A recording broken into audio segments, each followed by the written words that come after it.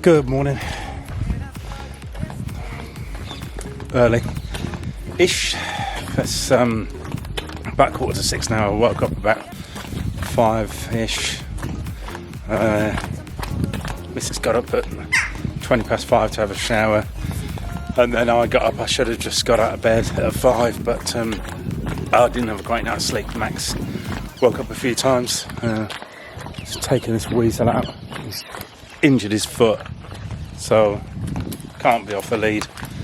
So we're taking him just down the end of the road here on the little park on the extender lead, so he can get a bit of exercise in.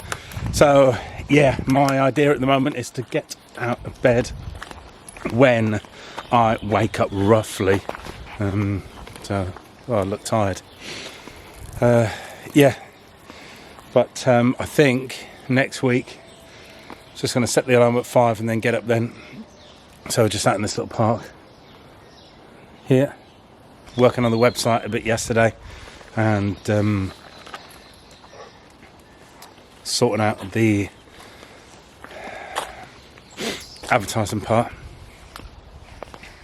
and a couple of phone calls, and that was about it. It's still very slow here. Everyone getting back to normal work, really slow.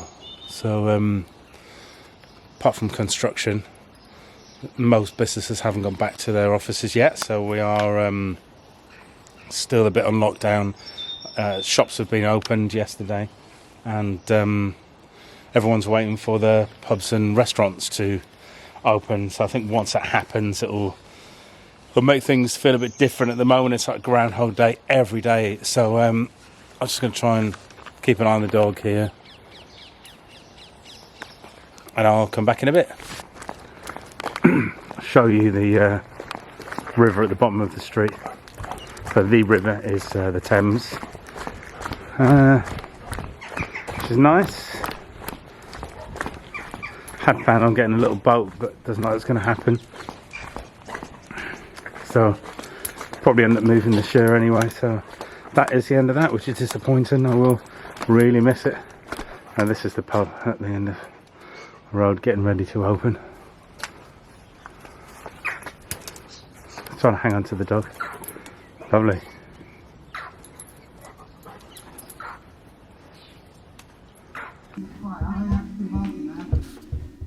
Max, you're in my chair again. You've been there all night, have you? Come on, you know you're not allowed in there. Right, back from the dog walk. Sort my hair in a minute. This is the morning routine. I always sit in this corner. I always have a coffee. I'm getting a bit bored of it now.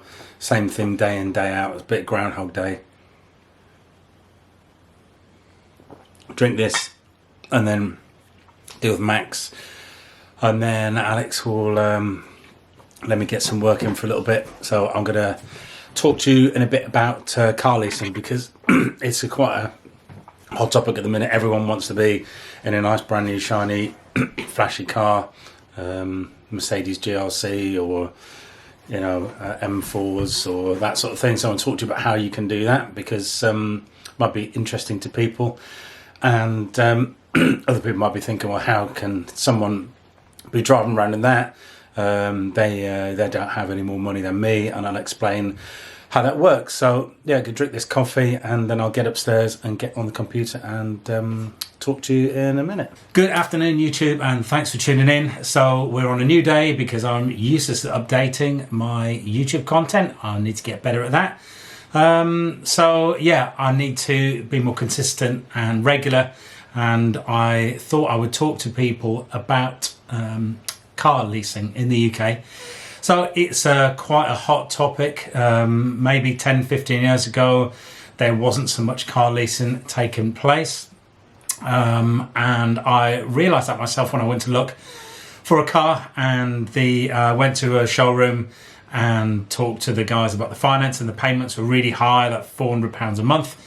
And I said to the guy, I don't understand why you're quoting me £400 a month. I've seen them advertised online for £200 a month. And he said, that's not the same sort of thing. That's a lease. This is different. So anyway, I went and actually bought the car through a car leasing company for about £200 a month instead of paying £400 a month. So there are good things and bad things about car leases. I'll go through both of them, and lots of people might think, well, hang on, how is that person driving around in a £30,000-40,000 car? They don't earn any more money than me, or how can they be driving that and I'm driving this? Well, a lot of people choose to lease because the monthly payments are generally very small. The reason for that is that cars have things in them called residual values. So the residual value just means that is what the car is worth at the end of that term. So a car could have a residual value of a £30,000 car could have a residual of £15,000 after 2 years. So that's what the residual is. But the payments are only based on the amount of the finance, not the residual. So the payments are only based on the 15,000. So I did a quick bit of research before doing the video, and I looked at Audi A4s, for example.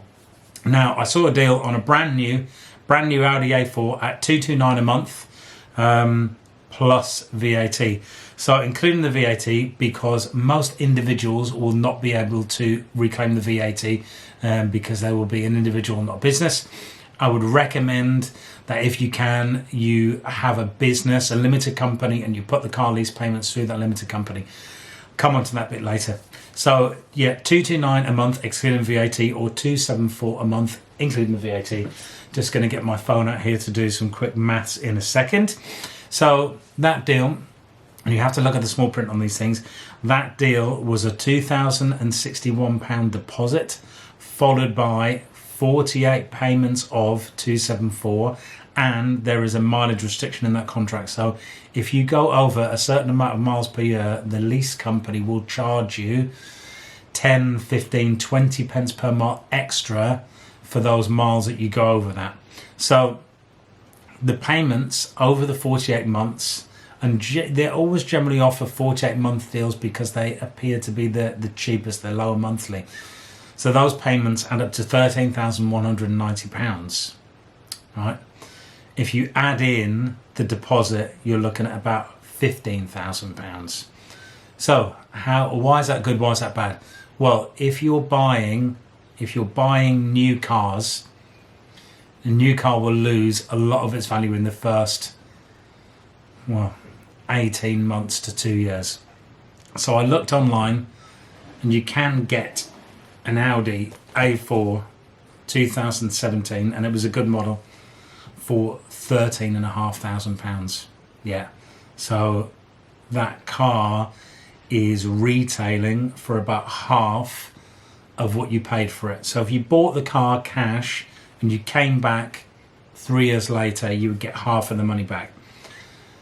So if you'd leased a brand new one, you would have spent £15,000, but you've given back the car at the end.